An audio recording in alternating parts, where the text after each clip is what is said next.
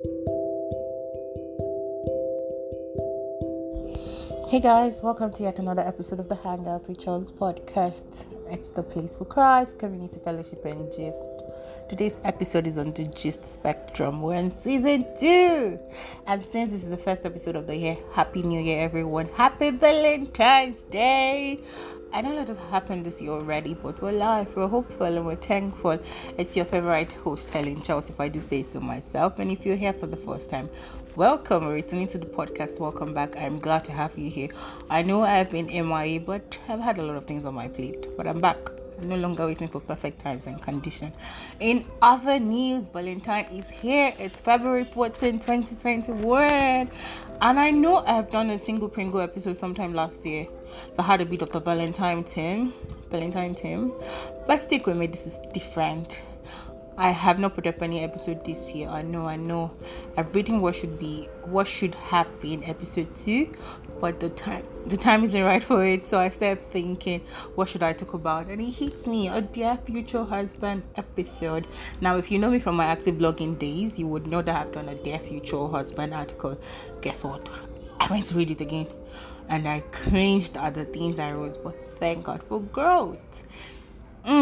If you want to laugh at me, I'll put up the link in the show note. Now let's kickstart this episode with a song. But first, as always, I hope your time is well spent, and you can pick one of the lessons. You can find me on Anchor, Apple Podcasts, Google Podcasts, or Spotify.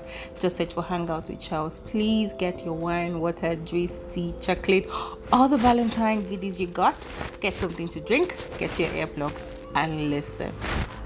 I really do not know what I want you all to take out from today's episode, but I hope this resonates with you. That it speaks to one or two persons, that if you're going through something similar or not, that you know that you're not alone. So back to our song. Valentine is you. I know that Valentine is coming, but today's Valentine, so it's you already. Where is your boyfriend? You were sitting at home, lonely. Where is your girlfriend? You were sitting at home, lonely. You meant to get in flowers. You were sitting at home, lonely. And I cannot sing, so don't add as part of your reviews that I have a terrible voice, because I'm going to block you. I said what I said. Now, whoever produced this song should be beaten. Yes. Like, why would you dedicate an entire song, even if it's just few sentences, to making all the single Pringles feel sad? Like, why?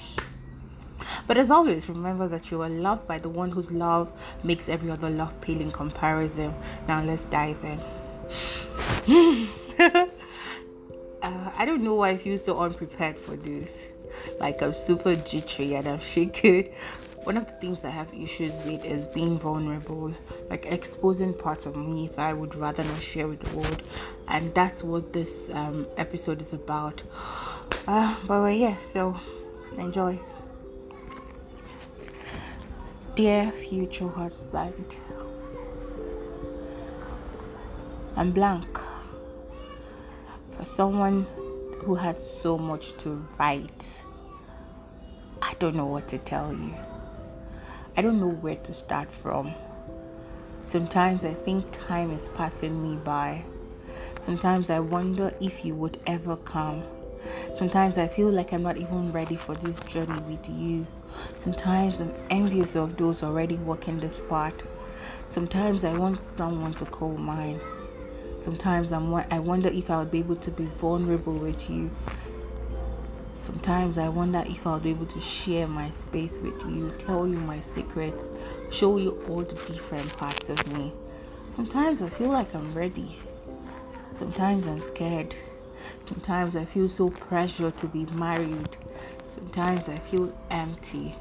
Sometimes I feel so unloved, undeserving of love, and incomplete, especially when I love someone and they don't love me back.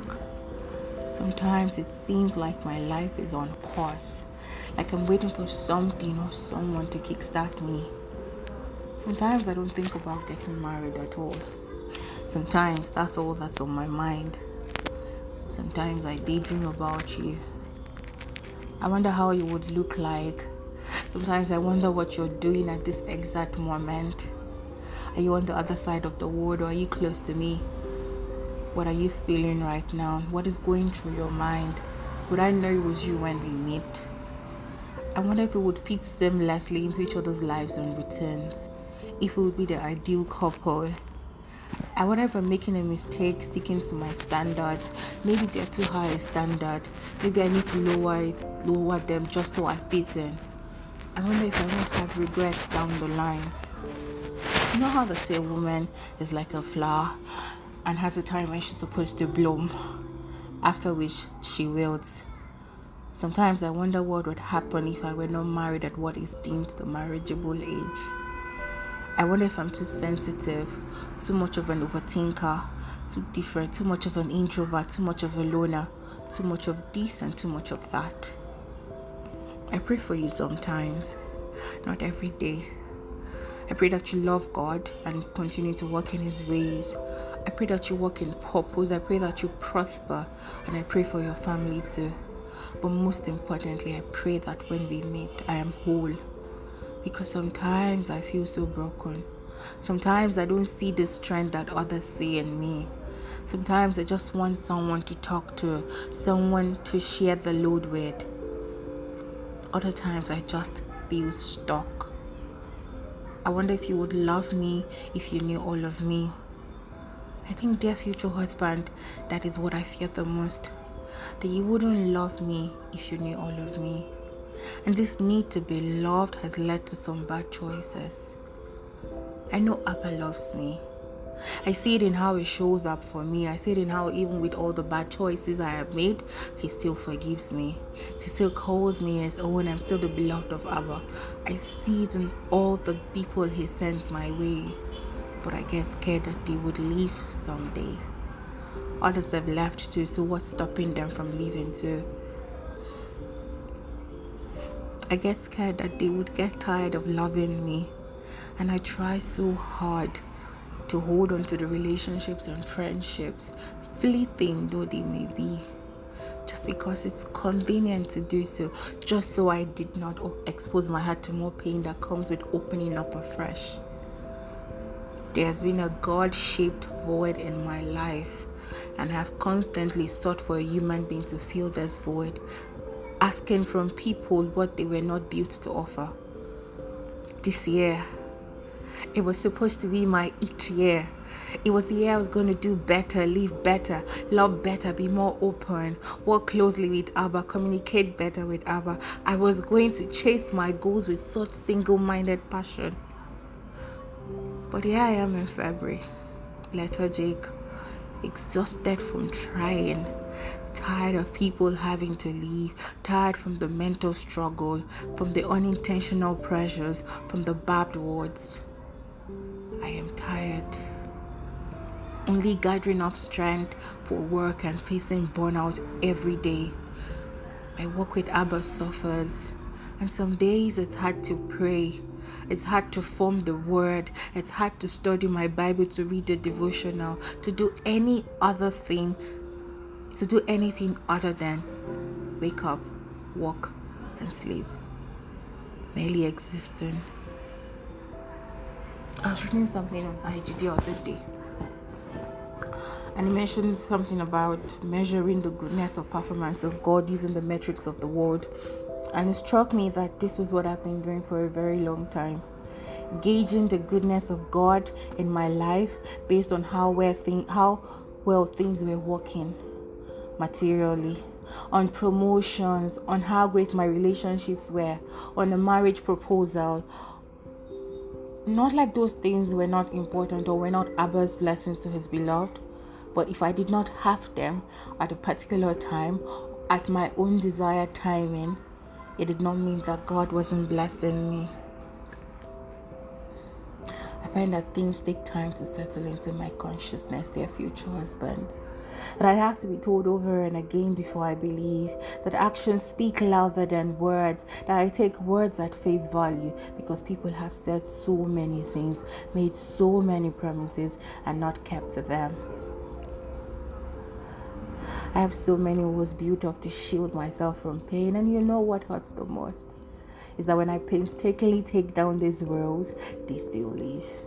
I've questioned my self-worth, wondered what it was about me that made me so unlovable, wondered if I had to be a certain way, act a certain kind, look a certain way to be loved and accepted.